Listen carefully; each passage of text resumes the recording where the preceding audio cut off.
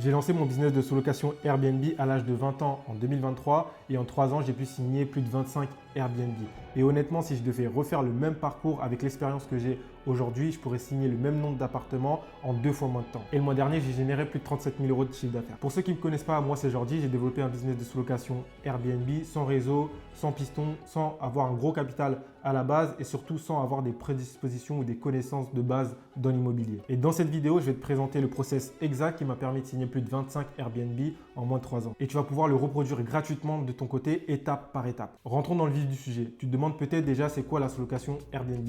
Plus précisément, on l'appelle en France la sous-location professionnelle. Ça va être tout simplement un business où tu vas louer un appartement à un propriétaire avec une société sur du long terme, donc en longue durée. Et ensuite, toi, tu vas sous-louer légalement sur Airbnb avec l'accord du propriétaire, bien sûr. Et pour que tu puisses comprendre comment on va générer des bénéfices avec cette activité, j'aime bien comparer ça à une activité de grossiste. Un grossiste, quand il va acheter quelque chose, il va acheter en gros, ça va lui revenir moins cher. Et ensuite, il va revendre à l'unité. Et à l'unité, forcément, il revend ça plus cher, ce qui va lui permettre d'avoir une marge. Avec la sous-location professionnelle, c'est exactement la même chose. On va louer un propriétaire sur de la longue durée. Et ensuite, on va découper les nuitées qu'on va revendre plus cher et forcément le chiffre d'affaires qu'on va générer va être supérieur au loyer qu'on va payer au propriétaire et ce qui va rester, ça va être notre bénéfice. Et maintenant, tu te poses peut-être la question, pourquoi il ne fait pas tout simplement ça lui-même s'il peut gagner plus d'argent? Il faut comprendre une chose, c'est que les propriétaires, ils n'ont pas tous le temps ni l'envie de s'occuper des tracas qu'il peut avoir en location courte durée.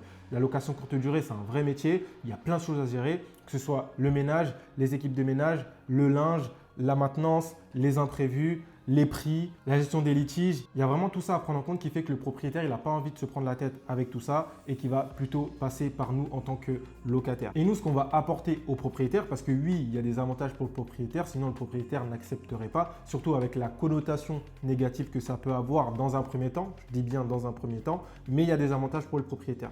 C'est quoi ces avantages? Pour le propriétaire, il a une garantie d'avoir pas d'impayé. Il est sûr que son loyer, il est payé donc chaque premier du mois. La deuxième chose, c'est qu'il est sûr d'avoir un appartement qui est bien entretenu. Donc, son appartement reste dans un bon état sur du long terme. J'entrerai plus tard dans le détail par rapport à ces avantages-là. Mais il faut comprendre que si le propriétaire accepte la sous-location, c'est qu'il y a des avantages et que c'est un partenariat gagnant pour lui et gagnant pour nous. Ce que tu dois retenir, c'est que pour le propriétaire, on est vraiment le locataire idéal et le locataire parfait à avoir. Et donc, si je devrais recommencer et me lancer à nouveau dans la sous-location professionnelle en 2026, je vais découper ça en 6 étapes qui vont te permettre de comprendre comment lancer ton business à ton tour de sous-location Airbnb. La première étape, ça va être déjà de sélectionner les villes autour de chez toi qui vont être intéressantes pour te lancer en Airbnb. Moi, ce que je te recommande tout simplement, c'est de sélectionner des villes autour de chez toi dans un rayon de 1 heure à 1 heure et demie grand maximum. Pourquoi ce rayon-là? Tout simplement parce que si tu dois intervenir en cas d'urgence, il faut que tu sois disponible. On va automatiser et déléguer pas mal de tâches. Au début, il peut y avoir des petits imprévus que tu n'as pas pris en compte. Donc, assure-toi d'avoir des appartements qui sont dans ce rayon-là. Comme ça, s'il y a un problème, au pire des cas, toi, tu peux intervenir. Donc, si tu te déplaces en transport en commun, tu vas plus sélectionner une ville qui est à 1 heure de chez toi. Et si tu es véhiculé, tu vas pouvoir prendre une ville qui est plus à 1 heure et demie, grand maximum 2 heures. Moi, par exemple, quand je me suis lancé, les premiers appartements que j'ai signés, ils étaient dans une ville à 2 heures de chez moi. Mais pour autant, ça ne va pas empêcher de très bien automatiser et déléguer mon business pour que je n'ai pas à y aller tous les jours. Parce que tu t'en doutes, à 2 heures de chez moi, je ne vais pas m'amuser tous les 4 matins à y aller. Parce que j'avais mis les bons process en place et c'est ce qui m'a permis d'être serein à ce niveau-là. Donc ça, c'est un point important. Par la suite, ce que tu vas faire dans ce rayon que tu auras prédéfini, tu vas sélectionner des villes qui vont être de plus de 50 000 habitants. Pourquoi des villes de plus de 50 000 habitants? Parce que tout simplement, on va se positionner dans des villes où il y a déjà un afflux naturel de passage. Nous, on veut que nos Airbnb soient loués toute l'année et pour ça, ça va passer par être dans des villes qui sont déjà attractives. On ne veut pas avoir des Airbnb dans des coins paumés où il n'y aura aucun passage. Dans ces villes-là de minimum 50 000 habitants, ça va te garantir un minimum de trafic, un minimum de stabilité et il y aura un minimum de vie économique qui va te garantir un passage toute l'année. Ensuite, quand tu auras sélectionné tes villes, tu vas choisir des points stratégiques dans ces villes-là pour pouvoir avoir un maximum de rentabilité, mais ça on le verra dans la prochaine étape. Mais il y a également un point très important au niveau des villes que tu vas sélectionner, ça va être au niveau des réglementations. Il faut savoir qu'en France, il n'y a pas toutes les villes où tu as droit de faire du Airbnb ou du moins il y a des villes qui sont très fortement restrictives. Du coup, ce que tu vas faire à ce niveau-là, tu vas sélectionner des villes qui vont être de moins de 200 000 habitants. Pourquoi moins de 200 000 habitants? Parce que très simplement, en général, quand la ville a moins de 200 000 habitants, tu n'auras pas de restrictions et tu vas pouvoir faire de la location courte durée de manière générale sans avoir de problème. Parce qu'il faut savoir que les villes qui ont plus de 200 000 habitants, très généralement, il y a des restrictions qui s'appliquent dans ces villes, ce qui vient restreindre l'activité de location courte durée. C'est pour ça que tu vas sélectionner des villes de minimum 50 000 habitants où tu vas pouvoir t'assurer qu'il y a un minimum de trafic et tu vas sélectionner des villes de maximum 200 000 habitants pour éviter toutes les restrictions qu'il peut avoir en location courte durée. Après avoir fait tout ça, tu vas avoir entre 5 et 10 villes qui vont être intéressantes pour faire de la location courte durée. Et si jamais tu as un doute par rapport à la réglementation, ce que tu as à faire tout simplement, c'est d'appeler la mairie en leur demandant quelle est la réglementation qui s'applique en location courte durée dans la ville qui t'intéresse, tout simplement. Donc là, après avoir fait tout ça, tu vas déjà faire un premier fil qui va te permettre d'avoir des villes rentables. Mais attention, ville rentable ne veut pas dire que tous les appartements dans cette ville sont rentables. Ce qui va faire justement la parfaite transition avec la partie 2 qui va être sélectionner des appartements rentables dans cette ville rentable. Donc, dans la sélection des appartements que tu vas faire, forcément, il va falloir faire une analyse de marché. On ne va pas sélectionner des appartements au pif en espérant qu'ils fonctionnent. Non, tu t'en doutes. On est là dans une vision dans le réel business, donc les appartements qui ciblent, il faut qu'ils soient rentables. Donc, pour trouver tes appartements, la première chose que tu vas faire, c'est te rendre sur Le Bon Coin. Moi, aujourd'hui, 100% des appartements que j'ai signés, ils ont été sur Le Bon Coin. Donc, oui, il y a d'autres plateformes que tu peux utiliser comme Jinka, comme Se Loger, mais sur Le Bon Coin, tu as largement le trafic suffisant pour trouver ta première sous-location. Ensuite, quand tu vas regarder les appartements sur Le Bon Coin, s'il y en a un qui t'intéresse, la question qu'il faut que tu te poses déjà dans un premier temps, c'est est-ce que tu dois vivre dans cet appartement? Et si ce n'est pas le cas, déjà, c'est un gros premier red flag et c'est un appartement que tu dois laisser de côté parce qu'on veut mettre des appartements de qualité sur le marché en location courte durée pour pouvoir se démarquer de la concurrence. Ensuite, quand tu vas faire la visite et si tu es amené à signer le bien, déjà pose-toi toutes ces questions. Est-ce que l'appartement est dans un bon état? Est-ce qu'il est bien entretenu? Est-ce qu'il y a beaucoup de travaux à faire? Sache que si c'est un appartement où tu as beaucoup de travaux à prévoir, dans un premier temps, ce n'est pas ce que je vais te recommander. Le but, c'est pas de signer le premier bien venu où le propriétaire est d'accord pour la sous-location. Oui, tu vas avoir des propriétaires qui vont être d'accord pour la sous-location, mais si leur appartement ne rentre pas dans tes critères, ce n'est pas un appartement que tu vas retenir et que tu vas signer. Dans la sélection de tes biens, tu vas peut-être te poser la question, est-ce que je prends des appartements meublés ou des appartements qui sont nus? Ça, c'est une question intéressante et moi, ce que je te dirais dans un premier temps, c'est plutôt de prendre des appartements qui sont meublés. Moi, à mes débuts, j'ai eu des appartements meublés, j'ai eu des appartements nus, mais en termes de budget et en termes de risque au début, si tu te lances, c'est beaucoup mieux de prendre un appartement qui est déjà meublé où toi, tu vas juste compléter la décoration pour lui donner un peu de peps et ensuite, toi, tu vas mettre en location sur Airbnb. Mais ne te prends pas la tête dans un premier temps, en tout cas avec des appartements qui sont en nu. Ensuite, tout à l'heure, je te disais qu'on allait se positionner dans des endroits stratégiques. Tu sais, en immobilier, il y a une chose qu'on dit, ce qui est le plus important, les 3 choses les plus importantes, c'est l'emplacement, l'emplacement et l'emplacement. Donc, quand tu vas sélectionner un appartement en location courte durée, il faut qu'il soit très bien situé. Donc, quand je dis très bien situé, c'est à côté d'une gare, à côté d'un site touristique, à côté d'un site historique, à côté d'un centre avec plein d'entreprises. Bref, il faut toujours qu'il y ait quelque chose qui va permettre de renforcer l'attraction naturelle en termes de passage autour de ton appartement, ce qui va te permettre de maximiser ton taux d'occupation. Sur mes appartements aujourd'hui, je suis entre 85 et 90% de taux d'occupation. Pourquoi? Parce que je sélectionne mes biens minutieusement et je gère bien mes prix. Encore une chose qu'on verra juste après. Ok, donc déjà, tu as trouvé un appartement qui t'intéresse en termes de localisation. D'après les photos, c'est quelque chose qui est plutôt ok en termes d'ameublement. Il n'y a pas trop de maintenance à prévoir. Maintenant, il faut passer à l'analyse de marché, ce qui va te permettre de savoir combien tu vas générer avec un appartement. Le premier logiciel que je vais te recommander et que tu connais déjà peut-être si tu t'intéresses à la location courte durée, c'est le logiciel RDNA. C'est l'un des logiciels les plus importants à utiliser en Airbnb parce qu'il va te permettre d'avoir de la data et de comparer aux concurrents. Qu'est-ce que font les concurrents par rapport au type de bien, par rapport à telle adresse. Donc, ce que tu vas faire pour pouvoir faire ton analyse de marché, c'est que tu vas te rendre dans RDNA, dans la partie Rentalizer et en entrant l'adresse qui va t'intéresser. Par exemple, tu as trouvé un bien sur Le Bon Coin, il t'intéresse. En général, sur Le Bon Coin, tu as une petite map en dessous. Tu regardes où est situé le bien, tu prends l'adresse. L'adresse, tu vas la remettre dans RDNA et RDNA, il va te donner une estimation de chiffre d'affaires que tu vas pouvoir générer. Cette estimation-là, elle se base exactement sur les concurrents parce que tu vas pouvoir sélectionner le nombre de chambres, le nombre de salles de bain et le nombre d'invités. Une fois que tu as fait ça, donc tu auras normalement le chiffre d'affaires, le taux d'occupation et le prix à la nuitée. Et une chose très importante, c'est que parfois sur RDNA, les stats sont trop à la baisse. Pourquoi? Tout simplement, le problème de RDNA, c'est qu'il prend toutes les annonces sur le marché qu'il y a autour de ton appartement, bien sûr. Mais il prend les appartements qui performent bien et les appartements qui performent beaucoup moins bien, qui ne sont pas faits de manière professionnelle. Et tu t'en doutes, nous, si on lance ce business-là, c'est pour faire ça et être dans le côté des personnes qui sont professionnelles. Mais malheureusement, les personnes qui font ça de manière non professionnelle viennent tirer les moyennes à la baisse. Donc très souvent sur RDNA, tu vas avoir des taux d'occupation peut-être à 40, 50, 60%. Or que si tu gères bien tes prix, tu peux être largement à 80, 90% de taux d'occupation. Donc moi, ce que je fais, c'est que je prends le prix à la nuitée que je vais ensuite comparer avec un deuxième outil qui est la calculatrice Airbnb qui va te permettre avec le même système en mettant l'adresse dans la calculatrice Airbnb. Donc tu vas pouvoir voir approximativement quel est le prix à la nuitée pratiqué dans le secteur. Ensuite, ce que je fais, c'est que je fais une moyenne des deux logiciels, du prix à la nuitée qui m'a été donné par les deux logiciels. Donc par exemple, en ayant fait la moyenne du prix à la nuitée de RDNA et du prix à la nuitée de la calculatrice Airbnb, ça me donne par exemple 60 euros. Ok, je sais que mon prix à la nuitée il va être d'à peu près 60 euros. Par la suite, il faut savoir qu'il y a trois hypothèses. Tu vas avoir une hypothèse plutôt basse qui va être à 18 nuitées par mois. Tu vas avoir une autre hypothèse qui est atteignable et réaliste qui va être de 20 nuitées. Et tu vas avoir une autre hypothèse qui va être aux alentours de 23, 24 nuitées qui va être vraiment l'hypothèse haute théorique. Donc, ce que tu vas faire pour ton analyse de marché, c'est que tu vas te baser sur 20 nuitées. C'est à peu près ce que tu vas pouvoir générer au minimum. C'est vraiment le minimum atteignable. Donc ensuite, tu multiplies ton prix à la nuitée qui est de 60 euros fois 20 nuitées et ça va te donner approximativement ce que tu vas pouvoir atteindre en termes de chiffre d'affaires avec ton appartement. Et par la suite, tu vas pouvoir déduire toutes les charges que tu peux avoir. Donc le loyer, l'électricité, le gaz, le ménage, l'assurance et la box Wi-Fi. En général, c'est ce que tu as en termes de charges quand tu fais de la sous-location professionnelle. Donc après avoir déduit toutes tes charges par rapport au chiffre d'affaires que tu vas générer, il faut qu'il te reste au minimum 3000 euros de bénéfices à l'année. Il faut savoir qu'en moyenne, un appartement te rapporte 500 euros de bénéfices par mois, ce qui fait 6 000 euros à l'année, mais vraiment le minimum, c'est 3 000 euros. Si en faisant ton analyse de marché, tu vois que l'appartement te rapporte moins de 3 000 euros à l'année, tu passes au suivant. Une fois que tu as fait ton analyse de marché et que tu as trouvé un bien rentable, on va passer à l'étape la plus importante parce que tu as beau faire des analyses de marché, si tu ne passes pas l'étape de convaincre un propriétaire, ton business, il n'existe pas. Donc convaincre un propriétaire, c'est vraiment l'étape la plus importante de ce business. Et c'est là où la majorité des personnes échouent, donc écoute bien ce qui va venir. La chose la plus importante qui va faire que tu vas réussir à convaincre un propriétaire à tes débuts, c'est de faire du volume.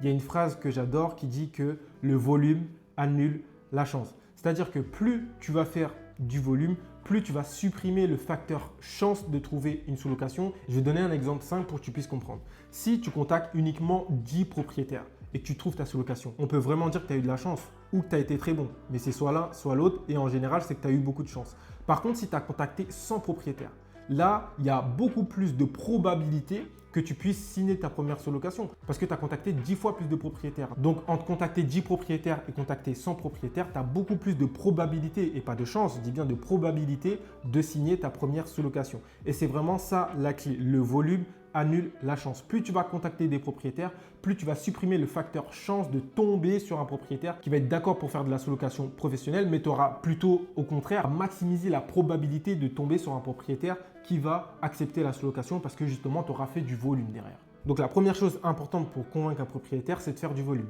La deuxième chose, c'est ta posture. Comment tu vas te positionner quand tu vas appeler un propriétaire. La plupart des personnes, lorsqu'ils appellent un propriétaire, ils se positionnent limite en quémandant le fait que le propriétaire accepte de faire de la sous-location. Mais nous, quand on appelle un propriétaire, on va vraiment se positionner en tant qu'égal. On apporte plusieurs avantages sur la table au propriétaire et on propose un partenariat gagnant-gagnant. On n'est pas à supplier le propriétaire pour qu'on puisse faire de la sous-location avec son bien. Et pour que le propriétaire puisse le comprendre assez rapidement, quand tu vas appeler un propriétaire, comment ça va se passer? Dans un premier temps, tu vas essayer de construire une relation de confiance au début de l'appel. Donc pour ça, tu vas poser deux questions par rapport à l'appartement. Ensuite, c'est là que tu vas commencer à te présenter. C'est très important, tu n'appelles pas le propriétaire et directement tu te présentes. D'abord question, ensuite tu te présentes. Et quand tu te présentes, il faut vraiment que tu sois clair et que tu ailles droit au but. Parce que si tu commences à faire un monologue, ça va saouler le propriétaire et il va raccrocher. Donc, ce qui est important dans cette deuxième phase, c'est que tu vas présenter les avantages de la sous-location Airbnb de manière assez claire. Et quels sont les trois avantages clés de la sous-location professionnelle? C'est que pour le propriétaire, il a zéro chance d'avoir un impayé avec nous. Comment ça se fait? C'est parce que nous, on travaille avec un bail spécifique qui est rédigé par un avocat qui va permettre au propriétaire au moindre impayé de nous mettre à la porte. Ça veut dire que concrètement, le premier du mois, il y a écrit qu'on doit payer le loyer sur le bail. Et si le 2 du mois, on ne paye pas le loyer, il peut nous mettre à la porte totalement légalement et sans procédure d'expulsion et sans justification. Contrairement avec un locataire traditionnel où s'il veut l'expulser, ça va prendre en moyenne 2 ans. Et je suis sûr que tu as déjà entendu des histoires de squat, des interviews ou des reportages, que ce soit par tes proches, sur les réseaux ou encore plus, où on le voit plus souvent aux infos, des personnes qui se font squatter leur appartement et qui ne peuvent pas virer leurs locataires parce que les locataires traditionnels aujourd'hui sont surprotégés par la loi française. Et nous, c'est un avantage qu'on va mettre sur la table sur le fait qu'il peut nous virer au moindre impayé. Le deuxième avantage, ça va être l'entretien du bien. Il faut savoir que nous, quand on prend un appartement en sous-location professionnelle, ça devient notre outil de travail. Ça veut dire que nous, on va être forcé de prendre soin de l'appartement si on veut continuer à se développer. Pourquoi? Parce que tout simplement, prendre soin de l'appartement, ça va vouloir dire avoir des beaux commentaires. Des beaux commentaires, ça veut dire un meilleur référencement sur Airbnb.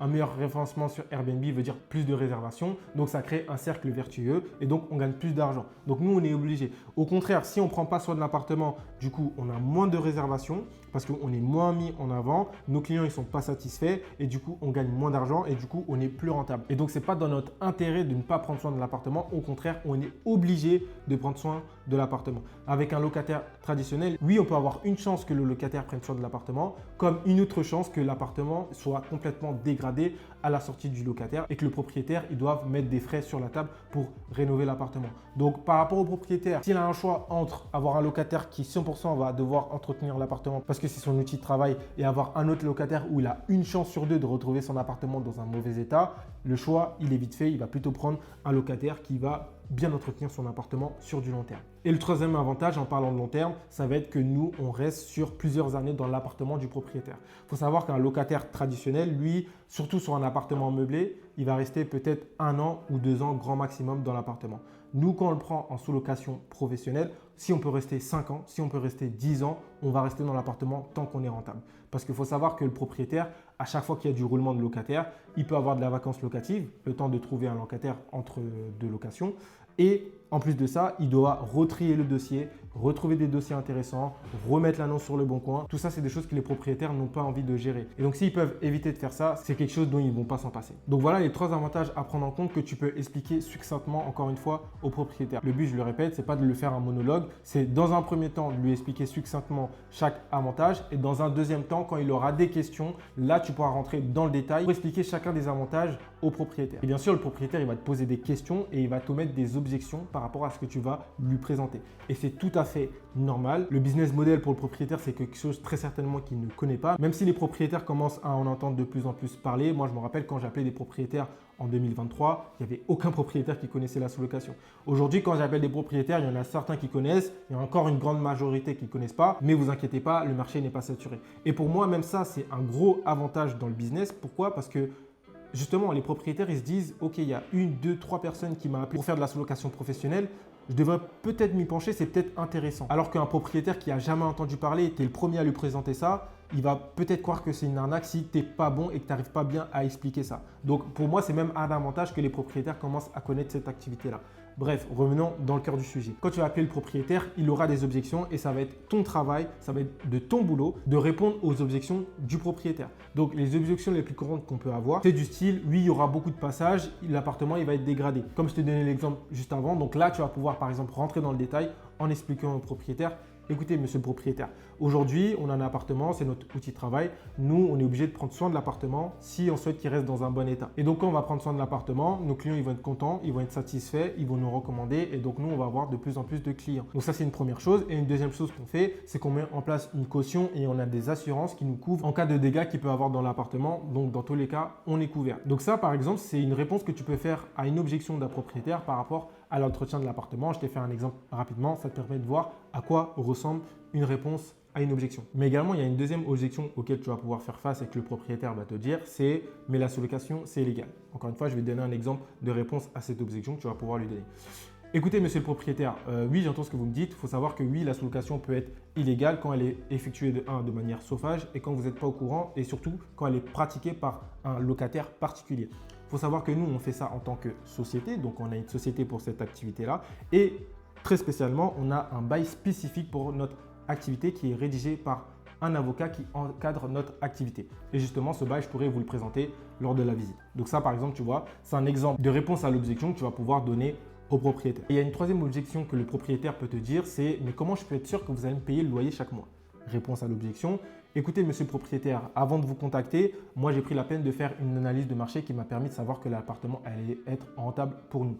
En totale transparence, je peux vous l'envoyer par mail après cet appel, ce qui va vous permettre de voir que oui, on va être rentable avec votre appartement et que vous payez le loyer par rapport aux bénéfices que nous, on va générer parce que oui, on est là à but lucratif par rapport aux avantages qu'on vous avance va nous permettre de pouvoir payer le loyer sans difficulté. On peut même être amené à vous proposer une augmentation de loyer si cela vous convient. Donc ça, encore une fois, c'est un exemple de réponse à objection que tu peux donner au propriétaire. Et il faut savoir, des objections, il y en a plein d'autres. Et en fait, au fur et à mesure que tu vas passer des appels et quand tu auras des objections que tu ne sais pas traiter, quand tu vas couper l'appel, tu vas noter l'objection et tu vas réfléchir à un avantage que la sous-location apporte à cette objection-là. Et comme ça, la prochaine fois que tu auras un appel, au fur et à mesure de tes appels, tu vas avoir de plus en plus de réponses à objections et tu vas savoir comment les traiter. Parce que oui, au début, ton premier appel, il sera merdique, il faut le dire. Mais au fur et à mesure que tu vas faire du volume, je te le rappelle, c'est la clé. Quand tu vas faire du volume, tu vas devenir plus compétent et beaucoup plus à l'aise au fur et à mesure des appels que tu vas passer. Donc, c'est super important. Volume annule la chance et surtout, le volume va te permettre également de prendre de l'expérience dans cette phase de démarchage-là quand on va contacter des propriétaires pour signer des sous-locations. Et faire du volume de démarchage, c'est bien, mais faire du volume de démarchage avec des relances, c'est encore mieux. La clé, elle se trouve dans les relances également parce qu'il y a beaucoup de personnes qui contactent des propriétaires et après plus rien. Non, par exemple, là, actuellement, la dernière sous-location que j'ai signée, c'est un propriétaire que j'avais appelé une première fois, qui n'était pas trop à l'écoute de ce que je lui avais dit et je lui ai envoyé ma plaquette. Et une semaine plus tard, je l'ai rappelé, je lui ai réexpliqué à nouveau. Il a été séduit par le concept, on a fait visite et ensuite j'ai signé l'appartement. Donc, c'est très important de faire du volume et surtout de faire des relances derrière. C'est super important. Et enfin, je vais donner un tips pour convaincre un propriétaire. C'est vraiment la cerise sur le gâteau. C'est mettre en avant le côté humain, le côté relationnel. Peu importe les avantages, les ci, les ça que tu vas avancer au propriétaire, ce qui va vraiment faire que tu vas travailler avec un propriétaire et que tu vas signer son appartement en sous-location, c'est le côté humain. C'est le fait qu'il va avoir confiance en toi. C'est-à-dire que quand tu vas faire la visite, quand tu passes l'appel, n'hésite pas à t'intéresser au propriétaire. Oui, ok, ça fait combien de temps que vous avez acheté le bien? Oui, ok, vous avez acheté plus ce bien dans un titre patrimonial ou c'était dans le but de générer de l'argent? Posez des questions humaines. Vraiment, intéressez-vous au propriétaire. Et c'est sûr, il ne faut pas être non plus stupide et poser des questions à la volée. Il faut que ça ait un lien avec la discussion que vous allez faire, etc. Mais intéressez-vous au propriétaire de manière logique et ça va vraiment créer un lien de confiance entre vous et le propriétaire. Et c'est vraiment la confiance qu'il a en vous qui va faire qu'il travaille avec vous. C'est vraiment super important. Donc, une fois que tu auras convaincu ton premier propriétaire, place à la mise en place de l'appartement. Ce qui va faire la différence entre toi et toutes les annonces qu'il y a sur Airbnb, ça va être ton positionnement par rapport surtout à la décoration de ton appartement. Et ça, c'est vraiment l'un des points les plus importants. Il y a beaucoup de points importants dans cette vidéo, mais c'est tous ces points importants qui vont faire que tu vas te démarquer de la concurrence. Donc en théorie, tu auras déjà un appartement meublé. Mais attention, appartement meublé ne veut pas dire que tu vas tout de suite le mettre sur Airbnb comme ça. Il faut qu'il y ait un peu de peps. Il faut que tu rajoutes par exemple des éléments de décoration qui va faire qu'il va avoir un effet waouh. C'est surtout ça que tu dois avoir comme visuel quand tu vas mettre en place ton appartement. Qu'est-ce que j'appelle un effet waouh? C'est tout simplement quand tu vas scroller sur Airbnb que ton annonce attire l'œil. C'est tout simplement ça. Donc déjà en termes d'ameublement de base, il faut tout ce qu'il faut dans un appartement, un lit, une télé et en même télé, un canapé, une cuisine équipée, une penderie, etc. etc. Ce qui permet d'avoir vraiment un appartement qui est bien meublé.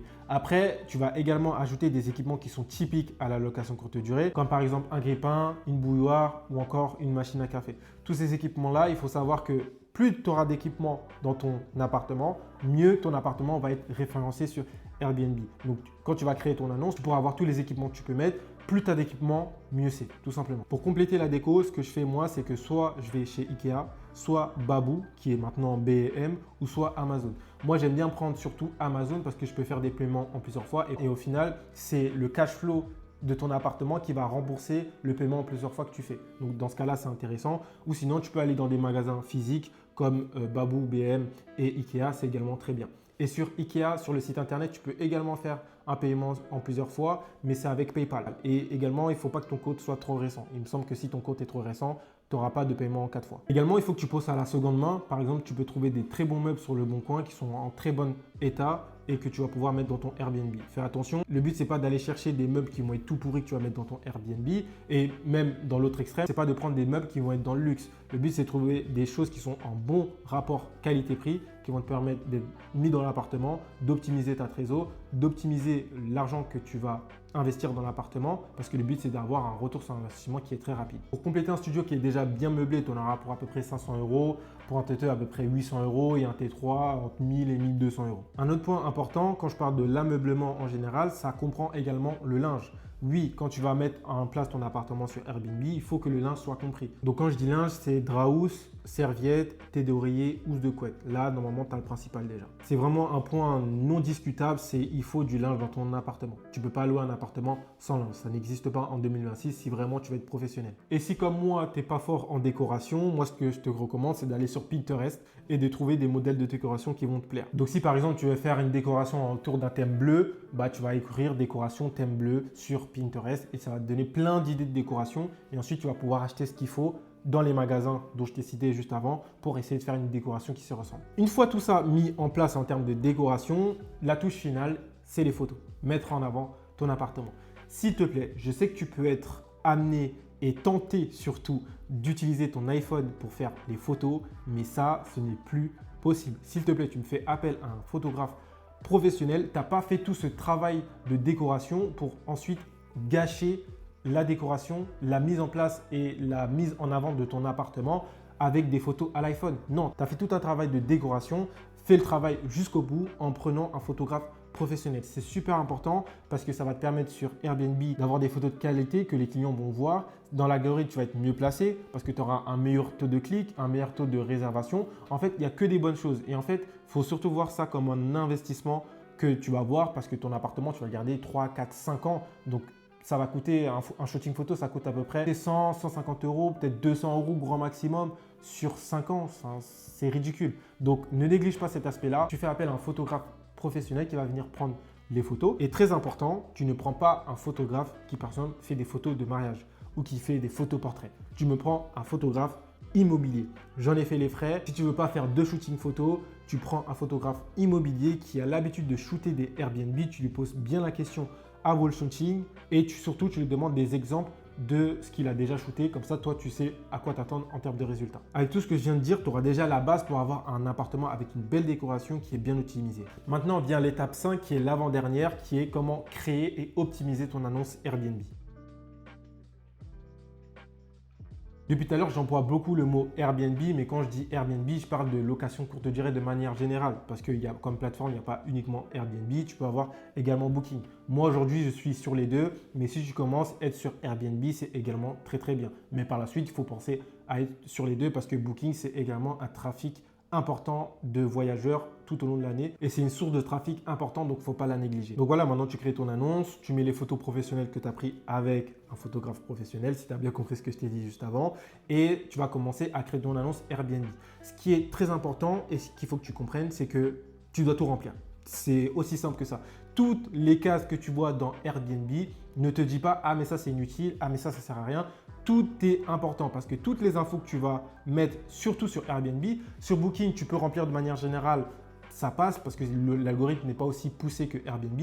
Mais sur Airbnb, tu n'as pas le choix. Si vraiment tu veux une annonce optimisée, il faut vraiment que tu pousses le bouchon loin et que tu détailles chaque case. Donc, ça veut dire tous les équipements que tu peux mettre, toutes les informations par rapport à la description que tu peux mettre dans l'appartement, quels sont les horaires de check-in, vraiment tout remplir et c'est super important que l'algorithme le détecte, qu'il te mette en avant et après tu connais la chanson que ça crée un cercle vertueux avec beaucoup plus de réservations. Une fois que tu as fait tout ça, même si tu as déjà fait ton analyse de marché et tu sais à peu près combien tu vas générer par mois, tu sais peut-être pas comment gérer tes prix.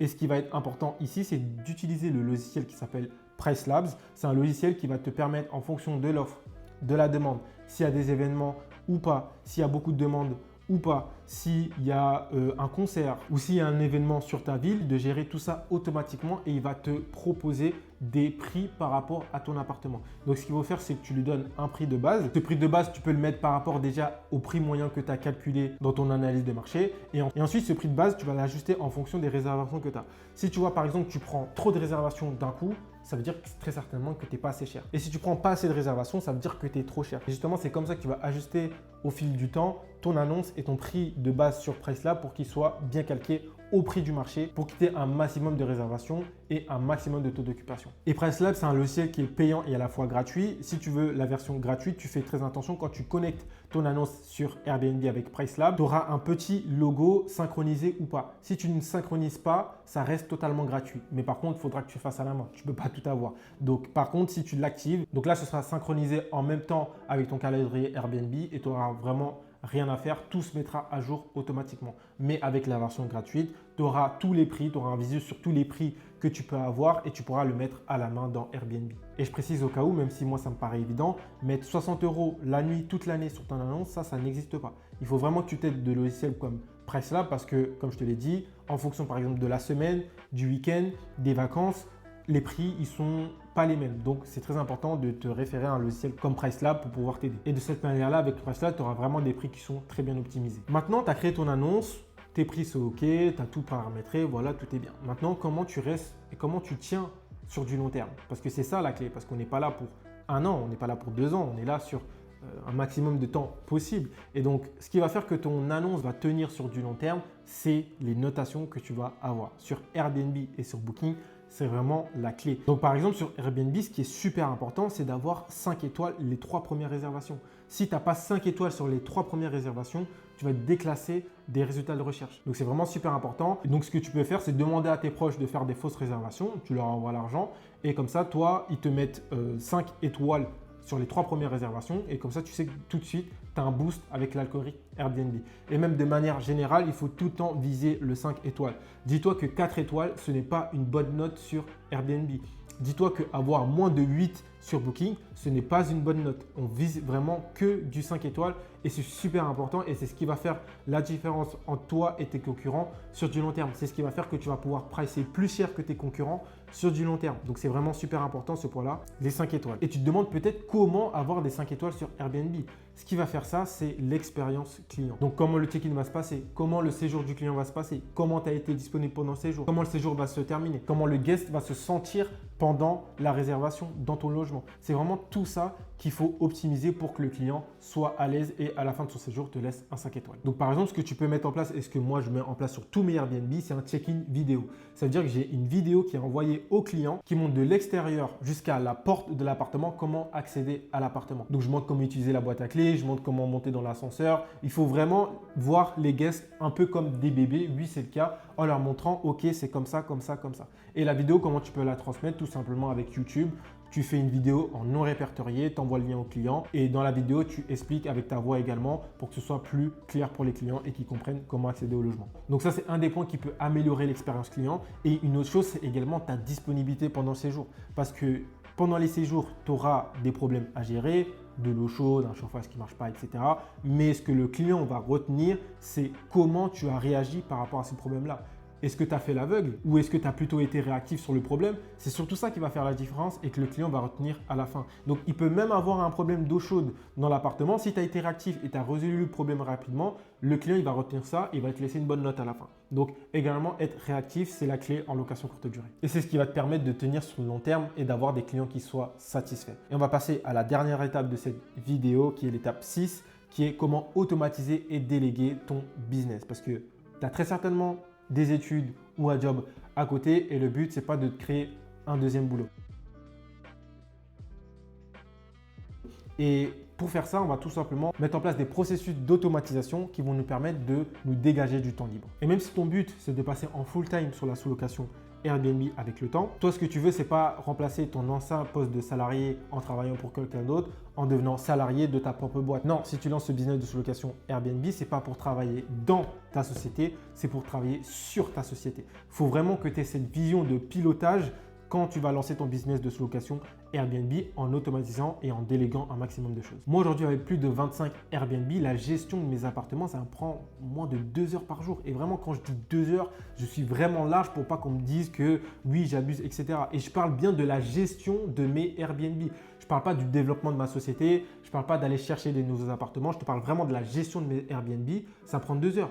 Pourquoi? Parce que le service client est délégué, le ménage est délégué, les check-ins sont délégués. Bien sûr, je ne m'amuse pas à faire tout ça moi-même. J'ai des personnes qui m'aident et si tu fais ça tout seul, oui, bien sûr, ça va prendre beaucoup plus que 2 heures. Mais le but, encore une fois, c'est de déléguer ou automatiser un maximum de choses pour que ça ne te prenne pas beaucoup de temps. Et l'une des clés pour pouvoir bien automatiser ton business, déjà, la base, c'est de mettre en place des messages automatiques. Donc, tu vas construire des templates avec un message à la confirmation de la réservation du voyageur, un message qui va s'envoyer la veille de l'arrivée du voyageur qui va expliquer au voyageur comment accéder à l'appartement. Donc là, dans ce message-là, tu peux par exemple mettre le lien de la vidéo de check-in que tu auras tourné.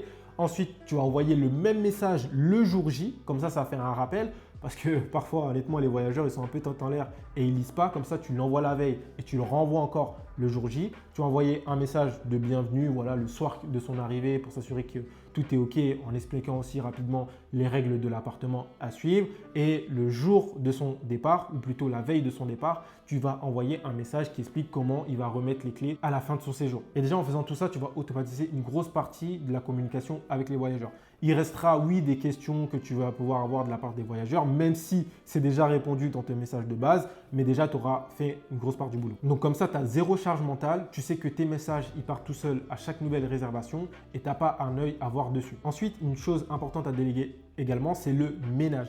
Le ménage, en soi, tu peux le faire toi-même au début. Ça peut te permettre voilà, de voir comment ça se passe et surtout de voir combien de temps ça va te prendre. Mais moi, je te recommande très rapidement de déléguer parce qu'en soi, avec 5 appartements, si ce n'est pas bien automatisé et délégué, tu peux crouler sous l'eau assez rapidement. Donc, le ménage, c'est l'un des points les plus importants à déléguer. Et moi, par exemple, le ménage, sur ma première sous-location, je l'ai délégué tout de suite.